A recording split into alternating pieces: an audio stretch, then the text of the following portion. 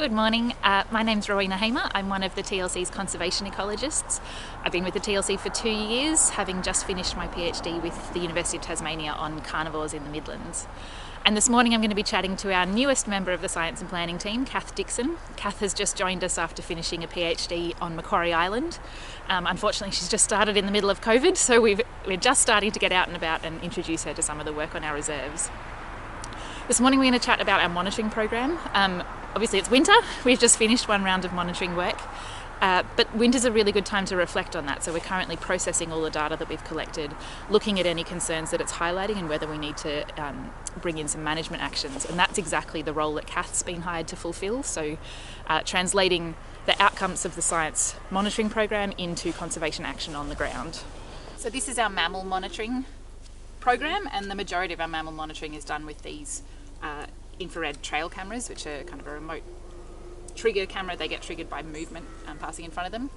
And traditionally where we would have used spotlighting or trapping, which can actually in some instances be better, you can get more information from having the animal closer to you. These are just much less invasive and a lot less effort, so it's kind of much more efficient and much less impact on the environment to do it this way. So depending on what animal you're targeting, you want to have it at different heights. These are developed in the US mainly to look at deer or moose or whatever else they're shooting in the US, right. In which case you generally have it a bit higher up. But because we're looking for things mainly from between a bandicoot and a wallaby, you generally have it, knee height or a little bit higher. Depending who you talk to, if you aim them down, you can limit the area that you're looking at and limit the possibility that this is just going to keep triggering your camera.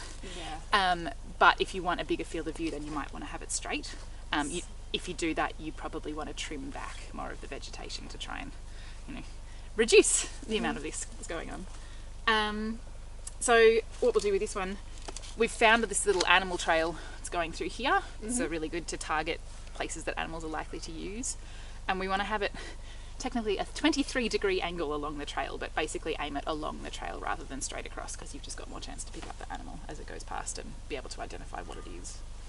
So on the TLC reserves, are there any reserves where we specifically target one species of animal? Are we looking at devils anywhere? Or? Yeah, so the Five Rivers Reserve, for example, the monitoring was set up specifically for carnivores, because it's got quite an intact carnivore guild, I guess. Yep. Particularly it's got good numbers of devils and eastern quolls which have undergone declines, but it's also got low numbers of cats. So the monitoring is designed to see, okay, if we have a spike in cat activity, then maybe we need to go in and do some management. But at the moment they're at such low levels that you don't necessarily want to. And likewise for devils or eastern quolls, if we see a decline from the current levels, then try and go and interfere, I guess. Do we think that there might be any difference between the big burnt area and our unburnt area? So we do. Yeah. We've just got the data in this year, so we've got last year's data, immediately post-fire, and we did notice a spike in cat activity then. Yeah. Just from glancing through the cameras at the moment from Five Rivers, I would say there is a little bit of a spike in cat activity, but I really need to go through them properly, and our volleys have just sent them all back to me, so I have to sit down and crunch some numbers on that. But yeah, there is a lot of research that suggests that feral cats particularly are really attracted to burnt areas because it makes it nice and open, and they're much more successful hunters in open areas. So that is a concern, and it is something that we might get in and look at getting in and doing some cat control potentially. And the same with deer, we're getting a lot more browsing and a lot more deer activity in some of the burnt areas. Is that about some of the vegetation coming back and just being that new, young, tasty shoots that are attracting our deer? Yeah, and again, we had a spike of deer activity last year post-fire. It's been really interesting actually to watch the Five Rivers data, because deer, you probably know, they're introduced to Tasmania. They've had this traditional range around the Midlands generally, but they've been slowly but steadily expanding beyond that, and particularly up through the highlands they're becoming present all year round, and they're moving slowly westwards toward the Twa. And Five Rivers has shown that they've got a real gradual increase in activity and increase in westward sightings of them. And then last year post-fire we just got this massive peak in deer activity. So really keen to see if that's been sustained or if not. And we've got some work looking at we've teamed up with UTAS and New South Wales DPI, so we're doing some research on what the actual impact of those deers are.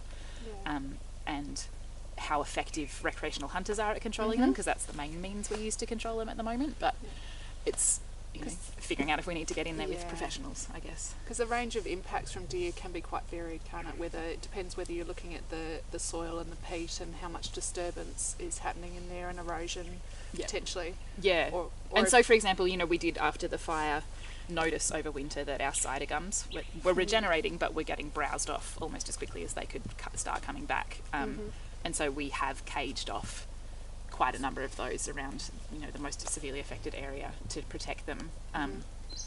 So we did put in some kind of emergency actions, I guess. But yeah, it will be really interesting to see what Tom Guy, who's the PhD student, comes up with in terms of deer impacts, to let us know, you know, what we need to do to manage them, I guess.